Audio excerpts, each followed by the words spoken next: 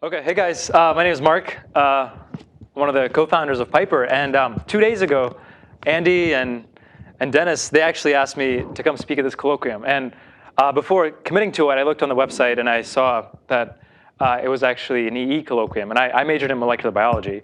And then I looked at the speakers on the website, and all the speakers had PhDs or Turing Awards or both, and my only connection with a PhD was I dropped out of mine a few years back. So I had some hesitation whenever I was deciding whether to give this talk or not. And Andy said, I think you have something that you could tell this group about, which is how to create a product and something that kids love today, which is what you made, and how to create a product that not only is interesting for kids, but also actually has a social mission of letting kids become engineers and getting them to be engineers. So I'm going to talk to you about that, about how we made Piper, what it is, how it gets kids engaged in engineering. And a huge part of that is actually my own story, how I got started with this, and what motivated me. So I'm going to start with that.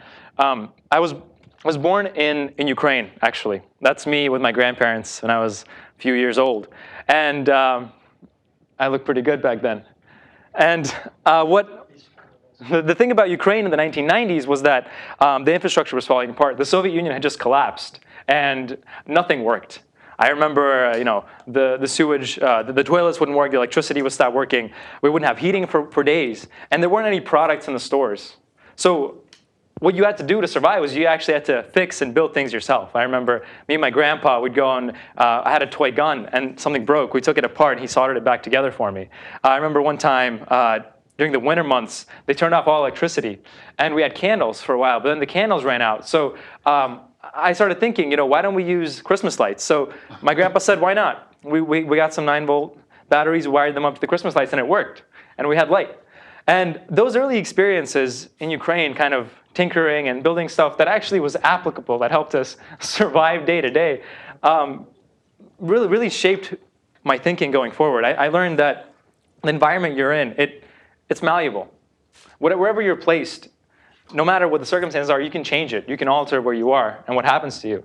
And the other thing I learned is that you don't have to be an expert. My grandpa, he was retired, but he had previously been an army officer in the Soviet army. So he had no experiences, but he just learned from scratch because there was a necessity. And the final thing that I learned was that even as a child, learning those lessons helped shape my mindset. Going forward, I saw everything as something that I could change, something that I could tweak. I would always ask questions.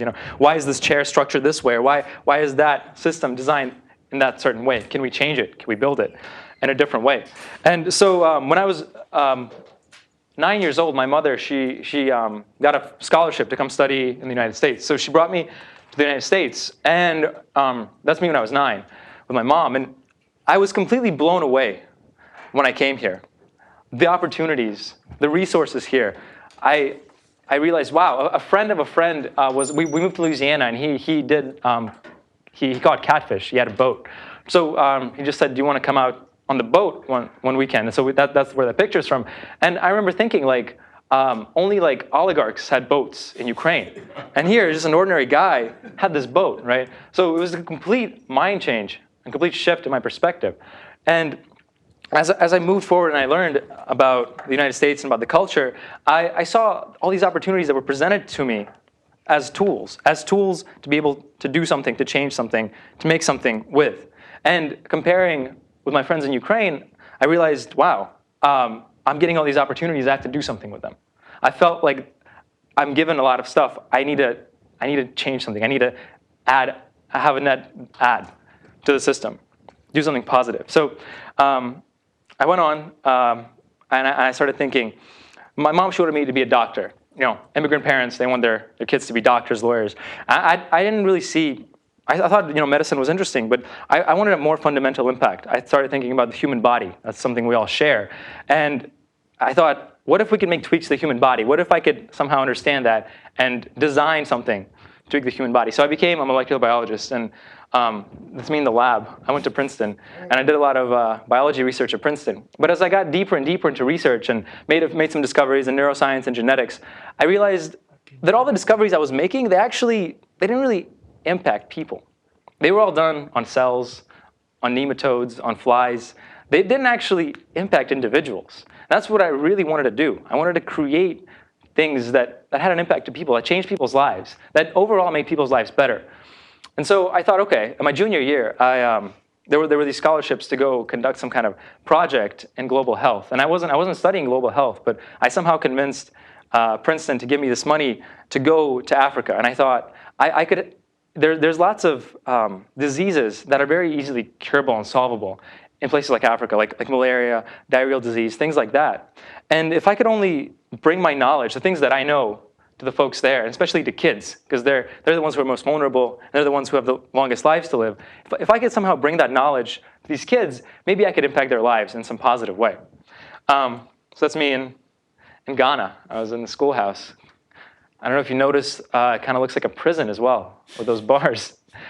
And I designed this thing where actually it was an experimental setup. We had 4 classrooms. 2 of them we were teaching about health through games. And 2 of them we were teaching about health through the standard, just write it on the board, memorize it, come back and take a test. And we were doing all these like really great activities. We were testing the kids, baseline, experimental stuff. And I'll never forget, like at the end of one of the days, the students were coming out. We were giving them candy as a reward for participating. And one of the students said, "Thank you." And he said, like, are we gonna kind of learn? Are we going to do anything else besides kind of learn this information? And I was like, well, no, kind of the idea is to teach you guys about how to prevent malaria, what causes malaria, what malaria even is, how you should wash your hands, why, like about bacteria, they're microscopic, things like that. And she said, we actually already know all these things. And I thought to myself, wait, come again, what did you say? And she was like, yeah, we just really like, interacting with you, and like we think it's a great new experience for us to do all these things with you, and it's a new teaching style. But I mean, we know fundamentally why these diseases happen. It's not the knowledge that's lacking here. It's more like the infrastructure. It's really hot, and it's too hot for us to sleep under mosquito nets, for example. Or like the washing well is like a mile away. It's actually impractical for us to wash our hands all the time. It was these infrastructural problems that were actually standing in the way. It wasn't a knowledge gap. And that really stuck with me. I realized, wow, it's actually about, it's really, thinking back to my days in Ukraine and then later in America, it's actually the tools. It's actually giving people the tools. It's like people have the knowledge, but if you just give them the tools or empower them a little bit, people can create great things. And it's funny, I actually got really sick myself, right? I was teaching kids how not to get sick, and I got really sick myself. And I remember. Was it malaria? The funny thing is, they actually couldn't diagnose it. They thought it was malaria. I think it turned out to be a virus of some sort, but it had very similar symptoms to malaria. And when it got the worst point, I was on the call with some doctors here in the United States, and they were asking me the symptoms, and I was telling them the symptoms, and they said, "Oh, it could be cerebral malaria," which is kind of the worst kind of malaria you can get. And they were saying you could actually go into a coma in the next 48 hours. We need to evacuate you. And I conveyed this to my hosts. And we were in a village, which was an hour drive from the next big village, which was another 2 hours drive from the actual city that had, or actually more like 6 hour drive, that actually had the airport. And I said, they're sending a plane to that big city. They're going to evacuate me. We need to drive there. And they were like, how do we drive there? We have a van that comes once a week to deliver supplies. How are we going to drive there? So that kind of put me in a conundrum. And I lay there that night thinking to myself, wow, I can really die here. I can really die in this village. And looking back on my life, I started thinking, what is the impact that I want to have? I felt like it wasn't going to be with just studying and doing research and doing biology. I felt like it was going to be with creating tools to empower individuals. Creating something that would give other people a way to bring themselves up, to empower themselves. Luckily, there was a taxi actually passing by, and they asked this taxi guy to take me to the next village, which then had a car, took me to the airport, and I flew out. They flew me out to France, and I was. Did you survive? It was close. It was close. I did thankfully survive, and I completely changed my focus when I got back to the States. I looked around and I thought, how can I, I have a desire, I have a passion to create tools. What's the best way that I can do this? And I saw that people were doing this using technology. Right now you can create something on your computer, and that can scale to millions of people all over the world. And I thought, why am I doing research in a lab, pipetting all day long? And maybe they'll come and be a great discovery, maybe. But when I could actually be creating tools that could impact millions of people, and in some way give them a way to move forward themselves. So I started teaching myself computer science and electronics, and kind of spent the last year of Princeton, and then the whole summer after that doing that. And right around that time, you guys might have heard of this. The Raspberry Pi had come out, and I was really fascinated by this device. It was, it's a Linux board. It cost $35, and no one really knew what it could do. But enthusiasts were buying it up like hotcakes, because I think it went back. It brought back memories of the old computers, of things like the Apple II that you actually had to build and program yourself. And so lots of older folks were buying these computers, buying these Raspberry Pis, and not really knowing what to do with them. There were some interesting projects, and I started thinking, what if this is really $35, not that expensive. What if this could be a platform to give kids a way to get into technology, whether it's coding or building the actual computer, building electronics on top of it. What if we could do something like that with this platform? So that's I got this fellowship to start the PhD. I went to Oxford, changed my focus from biology to image processing. I was doing image processing of cancers, actually. And on the side, I was building the first prototypes of what I thought would be a mini computer based on the Raspberry Pi that I wanted to use. to teach kids about technology. I thought, if we can empower kids at a young age to be comfortable and to use technology, not to just look at these kind of black box devices that we all have as black boxes that work on magic, but as something that they could tinker and take apart, and then maybe even remix and add on to, then I think we'll be moving forward. And I felt like I personally would be moving forward my desire to empower individuals. So the first, is this a video? So the first sort of iteration of this was a black box that came with this keyboard, the Raspberry Pi battery pack, and you put it together yourself, kind of like you see here. It was pretty rough around the edges, as you can see. We're using foam. We had to like duct tape the screen to that box. But the idea got across. We had an instruction manual that showed how you put this together. And once you hooked it all up, you actually started to learn how to do some basic coding.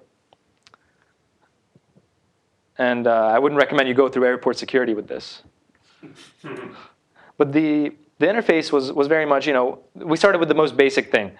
We started with HTML and CSS. We started teaching kids how to make their own websites. That's basic? Well, something that was basic that they could also see implemented right away on the web. That was the idea. You'd make a website, and then we could easily publish it for you, and then millions of people could have access to it theoretically. So, and we did it kind of in a story-like manner, where this is another part of the experience that you'd play through.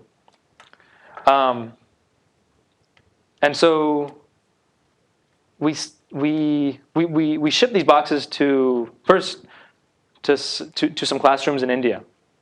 We had several schools, this school and then this other school, to start playing with these boxes that we started calling pipers. And the reason we came up with the name Piper was we thought of the buildings that surround us as, they're full of pipes that bring in water, electricity, and they're very integral to to us living and using these buildings. But we don't know how those pipes actually, that piping system works. And the same thing applies for the internet. It's very integral to our existence day to day, but a lot of us, most of us, and especially kids, they don't know how the internet works. So through Piper, you actually became Piper. You became the person understanding the architecture so that you can then implement your own ways of playing with it. And I'll show you a demo of one of the first things that we started with. It was this here. I think you can see it. And this is what came on these computers. It's very basic. You type in your name, and then you go to the first lesson. And this was specifically for the schools in India. So you go through, and this girl, Gayatri, she would guide you through making a simple biography. And you'll be doing this by making a website. And it would look like this at the end. Let me actually delete that. So she guides you through how to use this. You click left, right to move forward. And there's an editor, and there's a preview screen. And this is similar to some of the other tools out there. We looked at what people were using to teach basic website making, and we copied some of those elements. And some of the lingo here, some of this history and background. And then right away, after you've gone through the beginnings, you actually start doing this yourself. You type in hello in H1 tags. And let's get to the checkpoint. So, and then there is a checkpoint somewhere. There it is. There's the checkpoint. So you type this in, and you type your name, or you can say hello.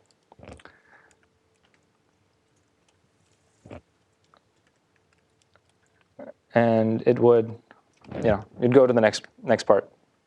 And you learn more about the headings, and you try other headings. You could cheat, and you could copy and paste, but that wasn't recommended. And this is what we started with. This was the first sort of iteration. We made this, and as you went through, you basically filled out this web page on the right.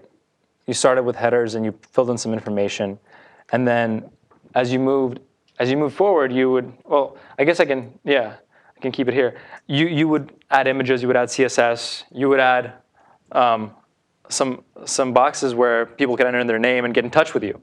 And what we learned very, very quickly from demoing these to kids was that kids weren't actually that interested in the software. I mean, you guys were looking at it, and there's a lot of clicks, there's a lot of information. We were trying to get them excited. We're like, look, you can make a website, and you can put it online, and people can see it. And they were like, yeah, okay, I mean, maybe that's interesting. But they were really interested by the physical stuff. They hadn't seen that before. They liked the physical building. And they like assembling the computer, like the screen lighting up. So we thought, okay, let's keep this physical stuff. And we did more demos back in America as well. And kids kept talking to us about this game called Minecraft. They kept asking us, could we play Minecraft on these computers? And we didn't know what Minecraft was. So, and for those of you who are not parents, so Minecraft is a digital Legos. It's a virtual building blocks game that actually gives you the freedom to do whatever you want. This is, I think, a plane from Lost that somebody rebuilt in Minecraft.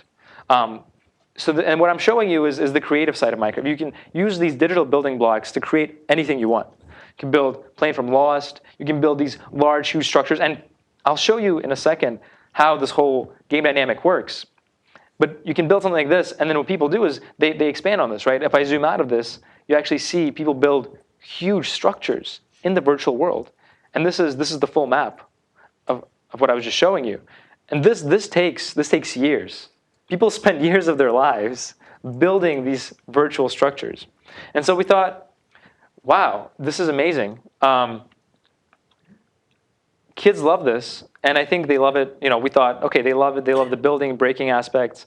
They like playing with their friends on servers. How can we make what we're doing a little more like Minecraft? So we thought, okay, we're going to stick with this whole internet web page element because that's important. That's the way it taxes the world. So why don't we let kids create web pages, but also break web pages in the same way that Minecraft lets you do it. So, let's see, where's the code?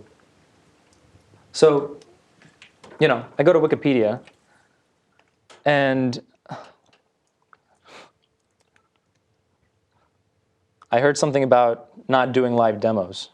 Oh, well, and how it always fails. But anyway. Do you want a chair to sit, or you can take the chair? No, it's good. You don't have to stand. You can see it on, and if you can see this, you guys see that? There's a little guy. I just did that, pasted some code on the console. And we have this little guy who just landed on the Wikipedia page. And we thought, why don't we let kids explore web pages the same way they explore worlds in Minecraft? So with the spacebar, you can actually break characters. You can break the text. You can destroy whatever text you want. You can explore this web page. And for something like, say you have this image, say you want to like get this image into your inventory. Say you want to possess the image and then go and put it back somewhere else. You can hit it, and then underneath is an image tag that if I type up here, I can actually mine the tag, and then it goes into my inventory. So we tried to structure mining web pages in the same way that Minecraft structures their gameplay, through mining, through acquiring elements, and then through placing them further. So, and then there's also a feature where you can put your own photo on a Wikipedia page. And again, kids were like, yeah, this is interesting, but can we play some Minecraft on these computers? And we were like, but this is sort of like Minecraft. And they said, no, this isn't that interesting. This is boring. So then we said, okay, let us actually ourselves play Minecraft, really understand what is it about this game that kids are so addicted to. And for those of you who have never seen Minecraft, I'm going to just quickly show you what it looks like and what the gameplay quickly looks like, because it's very interesting. It's more than a game. It's very much like a whole small universe.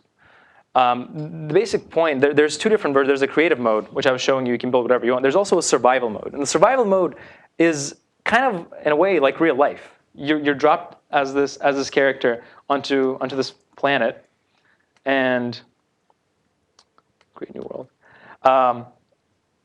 Your goal, there is no goal. That's the thing. You're just there, and it's kind of like life in that way, right? You appear.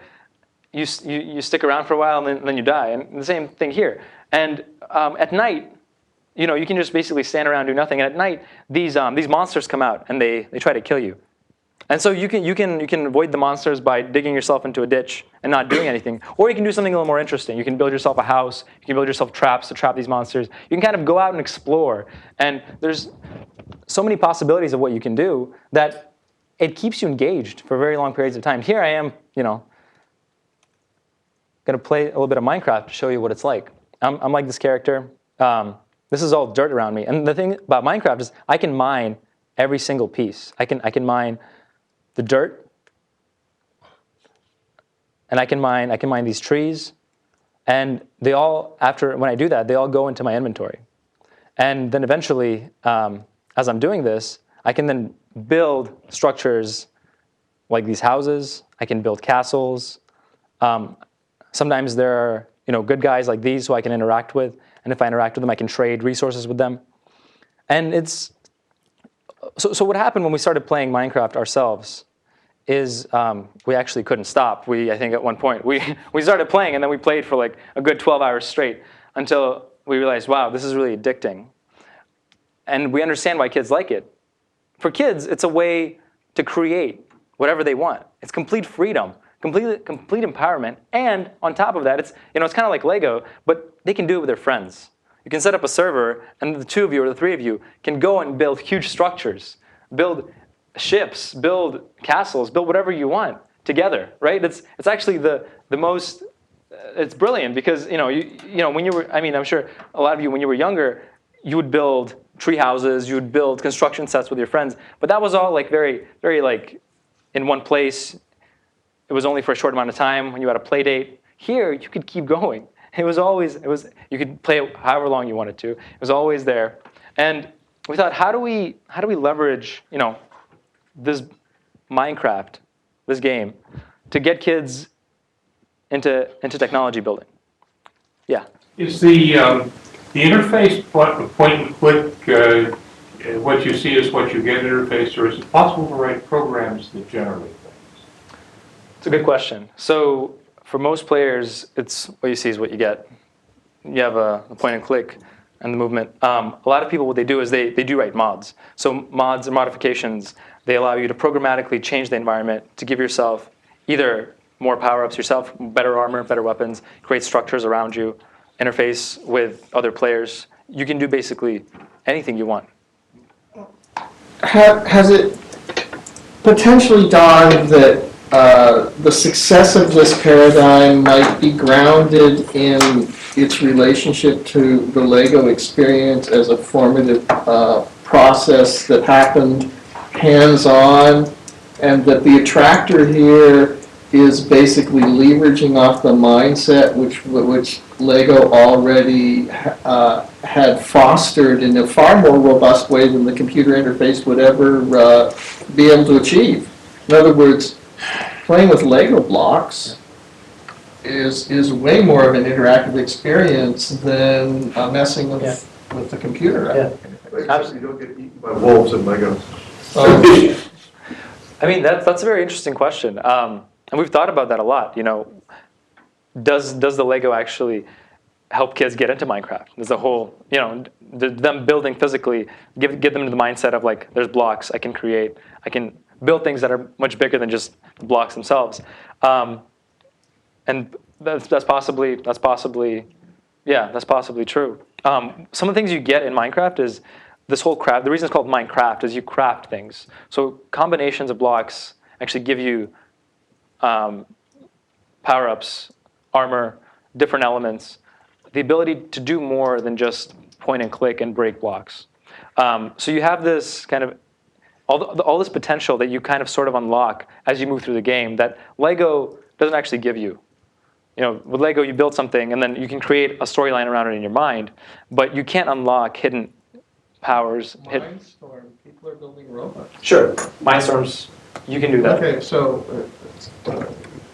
obviously you can do something.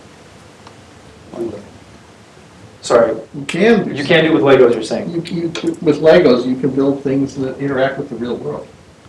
Yeah, sure. I mean, you can do that with Legos. I guess what I'm saying is if we're using just the bricks, the Lego bricks paradigm, Minecraft kind of takes that to a whole new level. And it lets you, I mean, and the same thing with Mindstorms, I think, once you've written the program, and once you have the capabilities that the robot has, that's pretty limited in what you can do with it. You mean you can't network them? They can't communicate with other ones? With Mindstorms? I'm trying to understand, where are the limitations? With Mindstorms. Well, I don't know, I'm trying to understand this bigger picture. I see. I mean, I guess the point that I was making was you're still limited to the physical pieces that you have with both Legos, both Mindstorms. Yeah, sure, you can network. Maybe you can network. I actually don't know if you can. Can you network, Joe? Can you network to? No, you can't in the latest Well, version. actually, Lego Mindstorms is a MIT-generated product. Oh my God. It's it has been or was when it first came out reverse engineered here, and you could add modules to it which did all sorts of interesting things, including networking. But the normal Mindstorms that's currently available is pretty much just a simple minded robot implementation done with Lego-ish. You mean EV3 that runs Linux? I vote that you continue with your talk. Okay. So we thought, how do we leverage kids' interest in this game that's so popular? It has 100 million players all over the world right now. How do we leverage that and get them into technology building? You know, obviously this whole pushing them into HTML, making websites, wasn't working. They like physical building. So we thought, how do we combine these two together? The physical building with the Minecraft. Let me just close this. And this is kind of the first version of what we came up with. Again, you have to assemble your own computer, and by assemble you just plug in the Raspberry Pi into the screen, the battery pack. And it launches into Minecraft, but one of the things you have to do is actually physically build your own controller to navigate the character. So you have a breadboard, you put some buttons on there, and you actually can't play the game unless you've assembled the controller. So we thought, that'll get kids, learning about electronics, and it did to some degree. And you can see here, it's actually a virtual representation on the right of the part of the Raspberry Pi, and this is a breadboard. You can see their wires are connecting the Pi to the breadboard. So he's actually physically doing the connections like he sees them in the game. And so we were actually leveraging the open-endedness of Minecraft to use an instruction manual to show how to build electronics. And you can see the electron flowing through the wires, and then he goes to the next level once he's built that correctly. And then the other thing that I think he shows here is he actually adds a light with a button, so it makes a little flashlight, and it shows him how to do that. And so he built it correctly, the light lights up, and we tested this with kids. And what we realized was, kids were like, yeah, this is cool, but then like we don't get to actually play Minecraft. There's actually there's no like, you're using the Minecraft as like an instruction manual, like that's fine, but like where's the zombies, where's the adventure mode? How do we actually get into the game we want to play? And like kids would they would come over because we said Minecraft, and then they would play it a little bit and say, okay, like actually I'm gonna go back to doing what I was doing before, because this isn't that interesting in itself. So we thought, okay, how do we, we kept thinking, what if we could somehow, and we saw that kids, they already were interested in getting power-ups and setting up their own servers with certain mods. And we thought, why don't we actually just let them have power-ups in this game? Why don't we make this game the ultimate Minecraft experience, where you could break hundreds of blocks with one click, where you could generate auto bridges, where you could find diamonds. One of the things you're trying to find always in the game is diamonds, because you can actually make armor out of diamonds. It's one of the strongest elements there. And so why don't we make them have proximity sensor that helps them find diamonds? And we decided to try that out. There would be a storyline, and the storyline would lead you through what you're supposed to do. And so this is sort of the current version of what we have. Oops.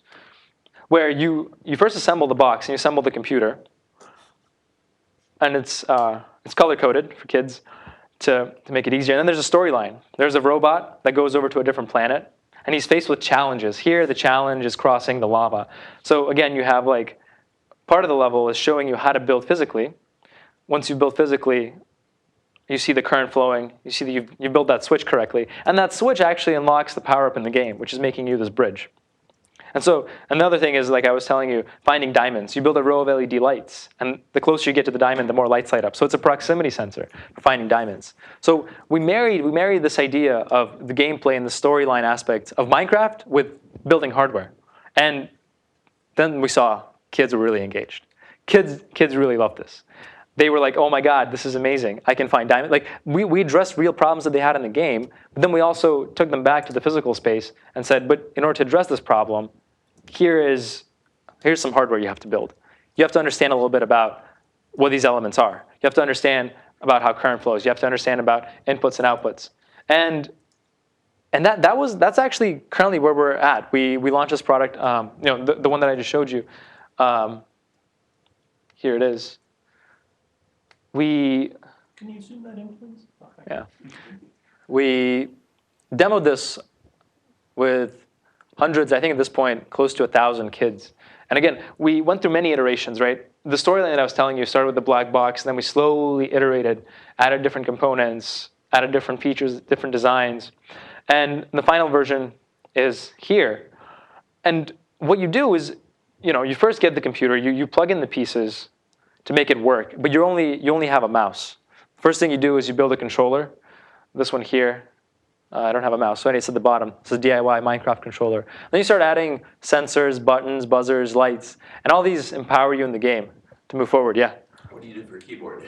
So we've designed the whole experience to not need a keyboard. Which, there are some people, we've had a lot of talks about it. This has been a big point in our discussions. Should we have a keyboard versus, because a keyboard expands the possibilities, but it also allows you to exit out of the game, to go do other stuff. And for now, we want to have just one experience. We want the user to go through. So how it works is there's 10 levels, and each of the 10 levels show you how to build a certain piece: a button, a switch, a buzzer, a light, a motion detector. We're adding a camera module, and then after you've played through the 10 levels and you've beaten the game, you actually have an open sandbox world where you can use the hardware that you've constructed previously and marry it to software power-ups. If you had a switch controlling a bridge, you can make that switch now get you an elevator or dig you a shaft. if you had a button that was opening hidden doors, you can actually make that button explode blocks in front of you. And there's no software, there's no coding in this. This is just a way for kids to learn about electronics, to build their first electronics, to see that, you know, technology isn't a black box. It's not something that you just get and works by magic. It's something that I actually can build myself, and I can actually empower myself to move forward and to solve the problems I need solved. And that's currently where we're at, yeah. The Minecraft software is a commercial product, or is it a open source product? So we got lucky because the Raspberry Pi actually has a Creative Commons license, Minecraft, that every standard Raspberry Pi operating system comes with. And they've created specifically for educational purposes. So it has an API. So we're able to use it for commercial purposes, and the way we modify it is through that API. But the server sources are still not open, right? Right. Okay. And one of the experimental things that we're working on right now is, we want to go beyond, you know, this current box that we have into something that allows kids to build their own tools, to build their own electronics. So one of the things that we're experimenting with, you know, is having potentially expansion packs that we send out later to players. And this would be one of them. You'd get a camera module and a motion detector. And through the game, you would see how those hook up. You would kind of say, like, based on this input, trigger this output, or trigger the camera, put a delay in there. Very, very simple, again, through the Minecraft interface. And kids would be able to make their own gadgets and devices. And the great thing about Minecraft is it's a CAD software, right? So if they then wanted to move forward and say, okay, I build this, I actually want a form factor around it, they could design that form factor in Minecraft, and then we could 3D print it for them. So the way we want to take this further is to empower kids to actually create their own mini gadgets and mini devices. And a funny thing about this prototype is we were running, you know, we set this up overnight, and the next day we didn't come in. We had some meetings, and so we didn't come into the office. And it's actually, you know, some folks came by our space where we work, and they were looking at the boxes, and, you know, the motion sensor triggered the camera, so we took photos of them. And I don't know if you guys know who this is, but this is actually Eben Upton, the inventor of the Raspberry Pi. He actually came by the space, and then he later sent us a photo himself of him holding the box, but we caught him on camera and then sent him this photo.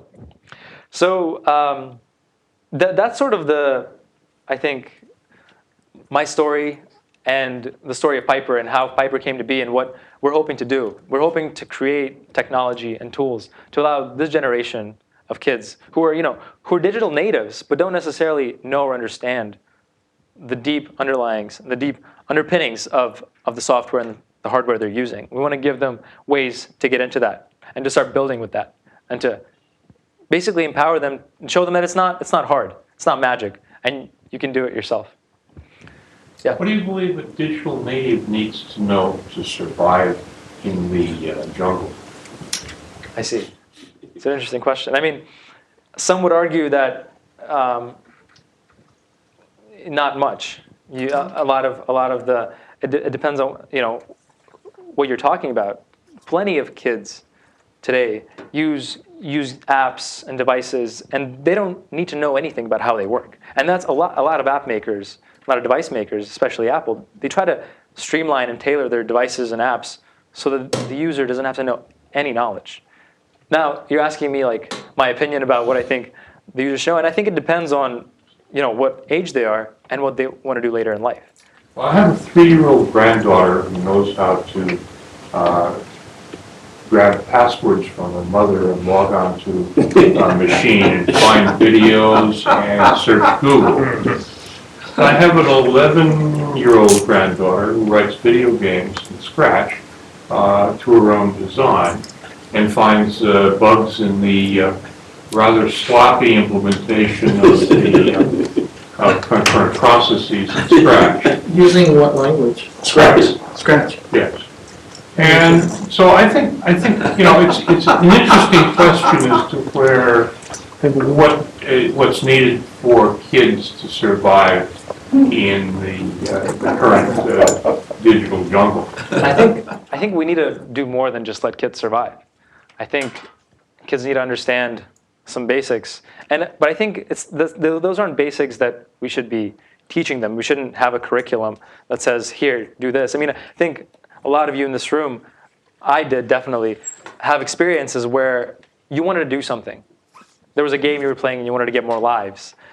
And you were like, maybe I can actually hack the code to get myself more lives. Of course. Right? That's the proper way to do it. That's the proper way to do it. Those aha moments, those moments where you were like, wow, I just hacked something. I just did something I wasn't supposed to do and it worked. Those are the moments, I think, that push people to learn more and to understand more and then to grow as an engineer or just as a person who knows about what's going on in the world. I think from there, people will explore and have the motivation. I think we need to give people the motivation and let them have the tools. And specifying a curriculum about what specific things they need to know, I think, I don't think that's the way. I don't think that works. I'm totally amazed that there isn't even the mention of an AND gate here, okay? And I mean, yes, there's Turing automata and all that, but long before that, there's basic 1 and 0, okay? Before there's even a number bigger than that, and there's combining them using AND, OR gates, and inverters, okay? And I'm like trying to figure out how it is that you're going to teach true competency, not some superficial, like I can do this little pattern thing, without basically covering the basics. Absolutely. Okay, you've got to explain Redstone to him. Oh, I know about Redstone, and I've seen the implementations of ALUs in terms of Minecraft, but when it comes to crafting a digital circuit, I personally would not prefer to render it in terms of Minecraft if I want to understand what that circuit does. I mean, I've looked at, you can't really understand what a Minecraft ALU does. Right. I mean, I think there's different levels of complexity and detail that you can start with. And I mean, the reason we started with web pages in the beginning is because it's something that you can do. You can type a line or 2 lines of HTML and then pop it up in your browser and see right there immediately what you've made. But HTML is this disaster. Anyone who's a language theorist knows that. The point I'm making is that it's not actually, I mean, the way I think you're approaching it is, you need to lay down the foundations and teach it all step by step from the beginning. And the way we wanted to approach it is, what is interesting for the kids? I mean, right now you can take a CS class and you can take a CS degree at Stanford and learn all these things, right? Very few people do that. And the people who do that are the people who were inspired to do that at some early age because their dad was an engineer or they hacked something when they were younger. And we want to give those early experiences to more people. Those experiences of hacking something, of showing them that it's okay to build something, to break something, to tweak something. This isn't a teaching device that's supposed to teach you electronics from the very beginning. This is just a way for you to play the game of Minecraft and to feel that you can actually do something yourself. You can actually, it's not a passive experience. It's an active experience of building. That's the idea here. I think that the focus on gates and the like probably is almost antediluvian these days. Yeah. People don't build things out of gates, and they don't build the things out of LSI or MSI these days. They use fairly large, fairly complicated components like microprocessors and memories and so forth, which are not really necessarily easily explained because they include many components that are highly specialized and they're put together in a fab which has very high resolution to the point that even if you take the top off these days, you can't see the gates. These days, you load your CPU onto an FPGA, and AND gates and OR gates are at the bottom. Only if you have what? Even an FPGA doesn't have an AND gate, an OR gate. It has pass gates. So your first trip to Nigeria, was it? Ghana. Those kids knew English? Yeah. Okay, so That's why we chose Ghana. you haven't had to fight the language battle So what's the, how rugged does the Raspberry Pi turn out to be? How long do these things last before they get stepped on or static electricity or? I haven't had a problem with static electricity. It's funny because Joel, my co-founder, he has really long hair, and he gathers static as he walks throughout the day, and it's fine. With static, in terms of how rugged they are, they're pretty rugged. We even had like some pieces break off, and they still work. Some pins broke off, other stuff. They get stepped on. They're pretty rugged. I mean, we're starting to include the ones we're shipping with cases, but even in schools in India and Ghana, they worked for the duration of the pilot. The software doesn't crash and trash the. Oh well, that's a different story. I mean, we did have some problems with. Because we had so many pieces, right? We had the screen, we had keyboards. There were a lot of moving parts. While the Raspberry Pi was fine, other components either died or the battery got damaged in transit. So other hardware pieces sometimes failed on us. The specific implementation that we had running in the browser, that was also hard to do because the Pi doesn't have any very strong browsers right now. Chromium is kind of okay. There's Midori. So we had some problems with running our software.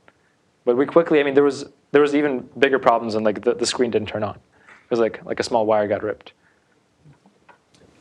Yeah.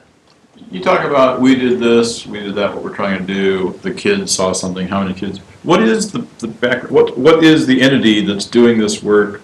How many people are involved? How is it? What's the business model or the funding or what motivates you other than your desire to do good things for the world?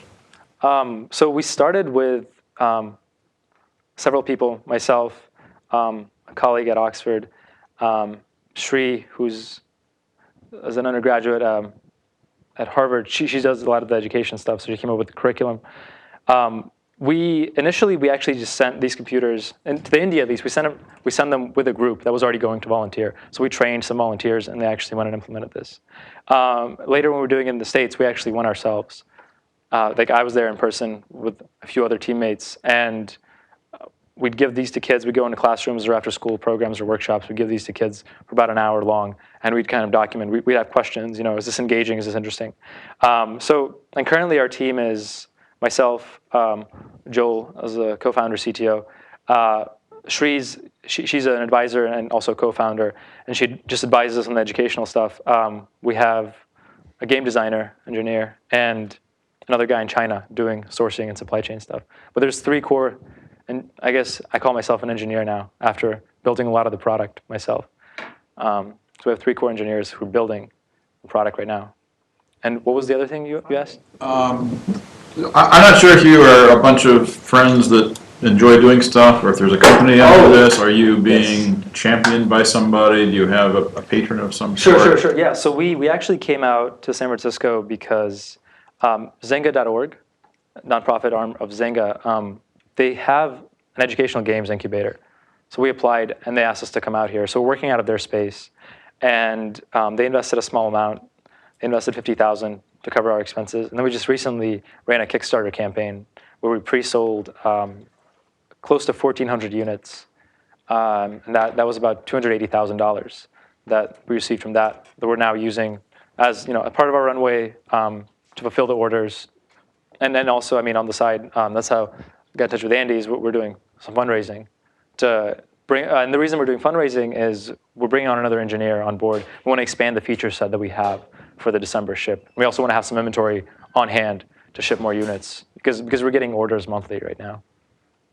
And how do you get hooked up with all of the kids you're testing on? What are the organizations you're working through? Yeah, that was just through the incubator. They have just connections to some teachers and schools.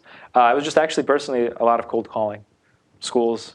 I would call them and say, hey, we have this toolkit. We want to try it out with your students. And a lot of teachers,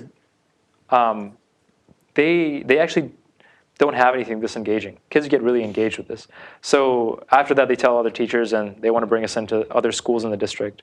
And kind of the way we do it with kids is, again, we bring them something, we ask them questions about it. We have them test the storyline, the game design elements. We also we actually lead them through the design process as well. Kind of some of the pieces that I told you about today, we tell that to the kids, and we kind of tell them, you're part of this process, and what you tell us today would actually influence how the game moves forward. But we work with, besides schools, the Tech Museum of San Jose, after school programs and workshops in the city and in the Bay Area. Khan Academy? Yeah. So we're actually talking about doing something this summer at the lab school there. You've been working with the Explore for it. No, we haven't done anything with Explore. Yeah, I think there was some. We tried actually. There was. See me. Okay. Yeah. A lot of people have gotten to about where you have and then hit a ceiling, like all the way back to Seymour Papert and Logo and the little turtles and those guys. And there's tons of little electronics kits you can find in the back of Radio Shacks being liquidated. And they get about to the level where you can hook a couple logic light gates together and make lights go on and off. And then they kind of get stuck because the next step up requires a much bigger jump in abstraction. So far, it looks like you front-ended Minecraft to place an obstacle in front of kids who want to play Minecraft that they have to get through to play Minecraft. Mm-hmm. But on the other hand, take a look at FIRST Robotics, which is now at the level of having a very sophisticated controller, programming in LabVIEW. I mean, there's a manual this thick for the thing now, and I'm amazed at what's available there. Is there a useful place about halfway in between where FIRST is now and where you are now for kids to move up into? I see, yeah. So several things, right? I think when you're talking about electronics kits, I think the paradigm of all that is snap circuits. And it's a very early, you buy it for your kid, you can do some very basic things, hook up a light, and then engagement after that drops. You do it with your kid for an hour, and then it's done. And you're saying yeah, you guys have the Minecraft engagement piece, but what's next? So kind of just to be clear, what Piper actually offers in its current state is a way to get, it's not just here's a barrier to get to Minecraft. It's more here's actually a way to get a 10x experience in Minecraft. Instead of digging for hours to get diamonds, you find them very easily. Or here's an adventure where you're going to go do this, this, and this, and you're actually going to experience power-ups that you usually don't get in the gameplay of your regular Pocket or PC edition. So it's not actually just here's a different way to play Minecraft. It's actually here's a better way to play Minecraft. And we're working right now on an integration with Pocket Edition. And there's about 10 million active players on Pocket Edition. So how that would work is you'd be playing some kind of map in Pocket Edition. You would integrate it to your Pi Edition. You would build out very quickly and powerfully whatever you wanted to build out. And then you go back to the Pocket Edition and continue playing and network that with your friends, etc. But to your point about, how do you move up? I think several ways. Because we're using the Raspberry Pi right now, that has a lot that offers us, pretty wide range of possibilities where we can take this. And one of the things, even this motion sensing, motion activated camera, that's one of the things that we're experimenting with, kind of taking it beyond just very basic circuit building, but how do you make devices, how do you make gadgets? And lots of people are building on the Pi. Lots of people are creating modules that you can plug in, and we're hoping to leverage that. The other thing is we're using off-the-shelf components and parts. So if people themselves want to create things for the Pi or for Piper and share it, it's very easy to integrate. But moving forward, I think where we want to go is into a space where kids are using modules like the camera, like motion sensors, maybe even a SPARC core that integrates with Wi-Fi, right? And when something happens and sends you a text message. And basically letting kids, and anyone for that matter, moving forward, very easily create hardware, connected hardware, connected gadgets. Because right now, you have all these great tools. You have Arduino, you have Raspberry Pi, but there's barriers to getting into that. Hobbyists and people who have the time to spend to learn those platforms, they can get really good and they can make stuff, right? We were just at Maker Faire. There's lots of great things at Maker Faire, but there's no easy way in, especially into hardware. And that's the place where we're moving into, creating a platform to let anyone create with hardware very easily. Yeah. So what's the cost of this? Where are you making it? And what are you doing to cost reduce? So this is version 1. The wooden box, I don't know if we have one here. We'll show you after. But that currently is priced at $199. And yeah, it's quite expensive for several reasons. We're using, there's no, because we're using just standard components and we don't make anything custom, just whatever the price we're given, we have to take. The other thing is we wanted to, on the business end, we wanted to prove out what price point is okay. And it's easier to reduce the price later than to increase it. So we started with something high and we're going to reduce it. But even like more fundamentally, I think we're going to shift into more of a version 2, which we think would be just a chip. That, What do you think about the $9 chip computer? Yeah. Which is, I mean, so someone's cost engineering, as you're dreaming at the high end, there are people who are pushing the $35 down to $9. Sure. So that's actually what I was about to say, which is we see a version of this where it's more like $30 to $40, where you just get a chip and a box of electronics that's compatible with this chip, and you interface this with your phone, with a computer. All of us already have screens, right? There's screens. You don't need us to give you a screen. You don't need us to give you a lot of these pieces. You already have them. So we give you a chip, and that chip interfaces with your phone, with your computer. Whether we're using we probably will be using Minecraft going forward. Using the Minecraft that exists on your devices, you interface it with a chip. And you're building the hardware on this chip that you bought for $30, $40, and you're getting the same interaction, the same gameplay from that. Why can't you virtualize the chip and not have one? So you're saying completely virtualize everything? Well, you can virtualize a programmable logic device in software, and you can teach kids how to program it without even giving them one. Right. I mean, part of the whole vision here is to give kids hands-on things to build. Hands on your cell phone, doesn't sound right. Yeah. So it's a chip, right? Like a $9 computer or Raspberry Pi that you're still building in the same way that you're building here. And it's just, instead of us providing you this screen, you provide your own screen. That's the idea. I think personally, physical wires make a difference. And so you're going to make it here in the U.S. or you're going to make it? No, so we have a team member in China who's sourced parts before, and he sourced actually, he had a company doing solar panels. So he's on our team, he's in charge of the supply chain. And so we're...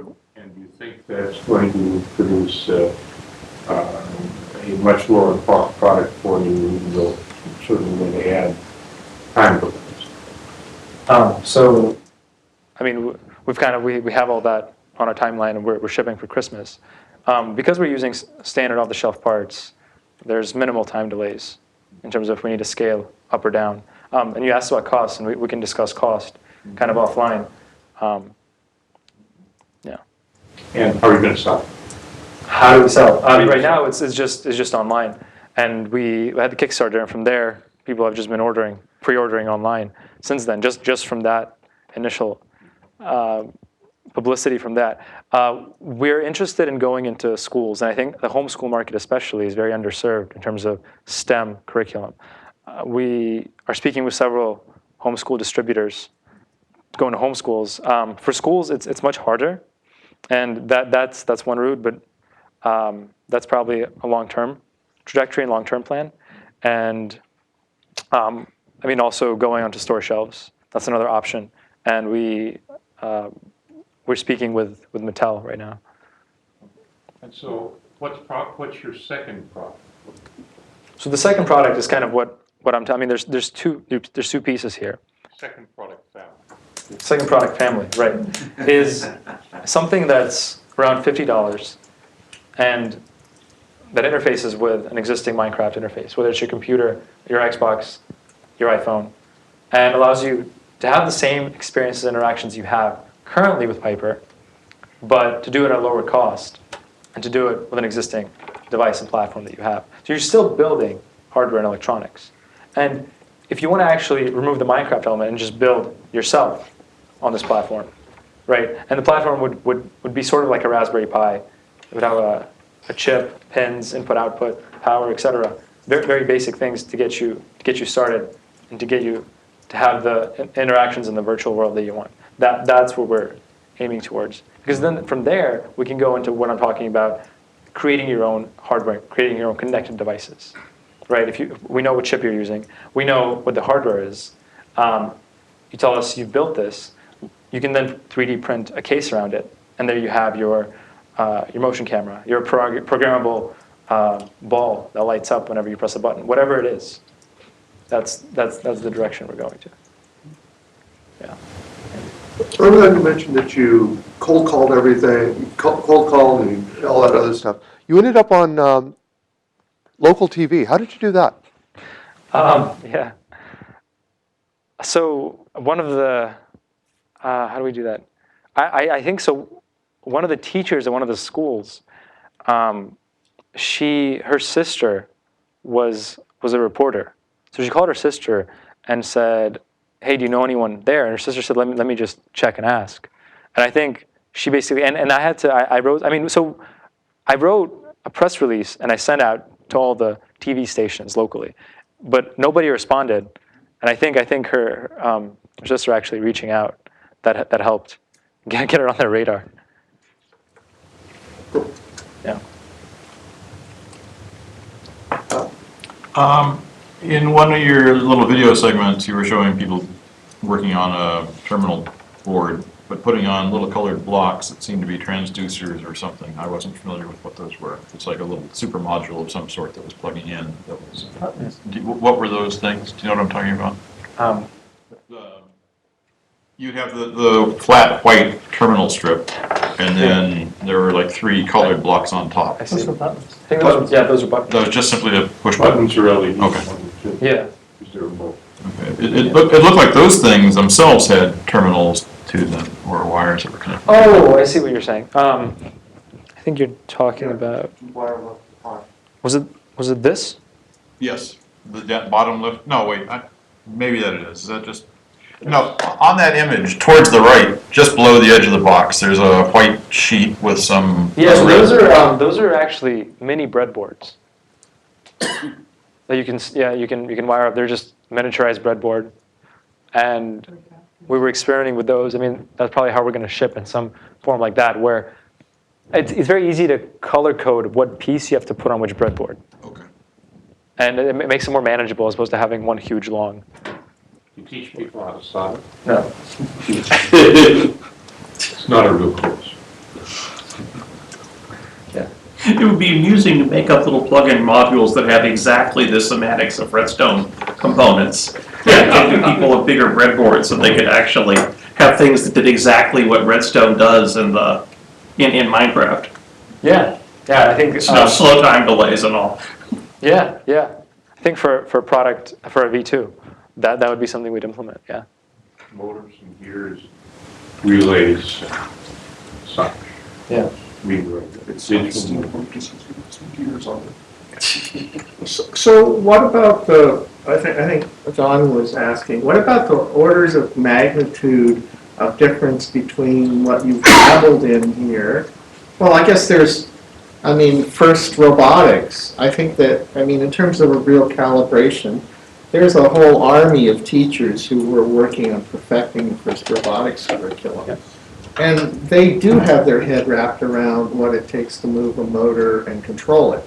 So as far as affecting the real world, whether it's the Lego Mindstorm thing happening internally in I guess it's MIT or at Lego R&D, or whether it's the first robotic thing, which I think John really brings into focus here, as a baseline as to the kind of thing that's expected in a curriculum that involves real, true empowerment. And so the question is how to get from one's first dabbling to this level which is now expected for high school students. Yeah.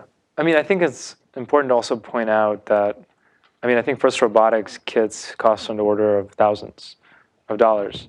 And we definitely, I think you're asking, how do we move forward? I think we want to include pieces that allow you to move robots, to hover drones, etc. Well, controlling a single motor is not $1,000 proposition. It's more like a $25. Sure, but with the hardware we include, if you're asking, are we going to have expansion packs? We'll have expansion packs that will have things like that. If you're asking about the curriculum element of it, we noticed that it's very hard. And again, first robotics are only in very few schools because of cost, because some schools don't have the classes to teach it. They don't have the bandwidth. They don't have the experts. It's intimidating for teachers. There's a lot of sort of. I guess we're hanging out in Silicon Valley where it's presumed, where almost every high school has it. Yeah, but none of them have that. And robotics teams. So what's If it does get sponsored. what's the target age group? 6-year-olds, 7-year-olds? 7 to 15. 7 to 15. What does a 15-year-old want to do with this? It seems to me that they're really sort of 6 and 7, maybe. I mean, the ideal, the sweet spot is middle school. So I think 15 is like on the tail end of that. Okay, I think that probably aiming a little further to an older group than you really want to be. Yeah, I mean that's probably true. But we've seen high school kids play with this and had a very interesting interactive experience. High school kids who play Minecraft as well. So I think the really difficult thing is to avoid making boxes that are too heavily integrated, because you want to be able to construct new things out of them, and that means you need sort of medium scale or small scale building block components. And maybe the only really big thing that you have for the process itself. It's a hard problem, because the tendency has been in a lot of the other kits to use relatively complicated components, and that pushes up the cost of each of the little modules until you get something where to get into the game at all costs $500, because there are 20 different modules, all of which cost $40. yeah. And modules are sort of limited as to what you do. They're not 555 timers, That's correct. which I saw at Maker Faire. They'd done a 555 timer using some sort of discrete components in a 4x6 form factor. That's 4x6 inches. And you were supposed to make things with it, and I was confused. Well, is the 555 a universal building block upon which you can build anything? Pretty much. It might be, but anything at the 4x6 form factor is sort of, yeah. And I actually spent some money on the snap together things, and it was basically, the response was, and this was a 14-year-old, well, he would follow the recipe for a while, then he'd just say, well, what happens if I just randomly hook things together? And they'd hook together magnetically, and if the defense system on that particular part worked, it wouldn't destroy itself, otherwise it would, because random circuits don't work. So, it's having useful things and having a dense, useful space is hard. And digital components are not designed have a very sparse useful space. Most digital things you can arrange burn up. Well, you can even, you can misprogram FPGAs to burn. Yeah, well, yes, but and then all you've got is magic smoke. And you blow it $300, and mom doesn't buy another one after that, because she says, you just burned it up. And then you go back to, well, okay, I can break things with a hammer. You just broke your budget. So, One last question. You trained in an area where you use different componentry, but you can build very interesting things these days. Why did you move to electronics, which is really highly simplified and not as interesting as biological entities? Why not build the Dayglow and the dark bunnies and smart slime mold? Yeah, I think the Biology. Yeah, well, that's the question, isn't it? I think the amount of learning you have to attain, an amount of experience you have to attain before you actually make something in biology is really, really high. Is that really true? It's not quite true. That's You true. start with a carrot top and grow carrots. You can. I mean, he's talking about programming organisms. I think that was the question. Well, but the point here is you can work with life forms. And for that matter, a genetic toolkit that allows you to modify them is not that far away. Well, Jurandy's stuff here is, at Stanford, I think, demonstrates that. Well, there was an automated, We'll do all sorts of. yeah, there was an automated evolution stand at Maker Faire this time. There was. Yeah, but it was only selecting for survival, and the things they were trying to make, I wish it had been selecting for mortality instead, which is harder. What I found was making anything interesting was, like I said, you have to get in a lab. You have to have a lot of training on certain things. If you want to make really interesting things, it takes a lot of lead up in terms of learning, in terms of experience, in terms of getting access to the tools you need. And all these tools are very highly specialized. And with electronics, you can buy these things off the shelf, and you can make something in your dorm room. I feel like it's a little more democratic in that sense, and that's why I liked it. That's why I wanted to stick with that.